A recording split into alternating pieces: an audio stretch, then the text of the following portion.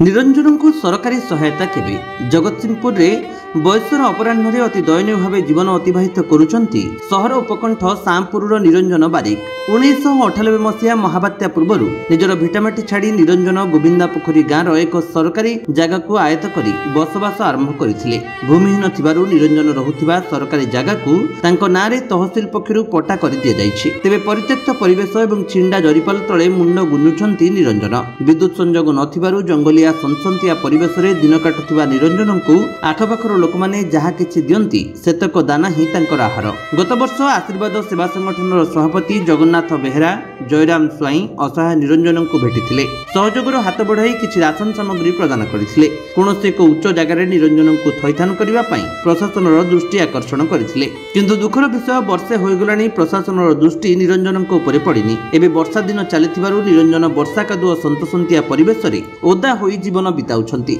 आज पुणी आशीर्वाद सेवा संगठन सभापति जगन्नाथ बेहरा निरंजन को पाखरे पहुंचीथिले। जहाँ देखिले बा जानिले निरंजन को निहाती एक जरीपाल दरकार। प्रशासन पक्षरु निरंजन को जरीपाल खंडे जोगाई देबाकू जिला प्रशासन निकटरे दाबी करिसेंती संगठन सभापति श्री बेहरा।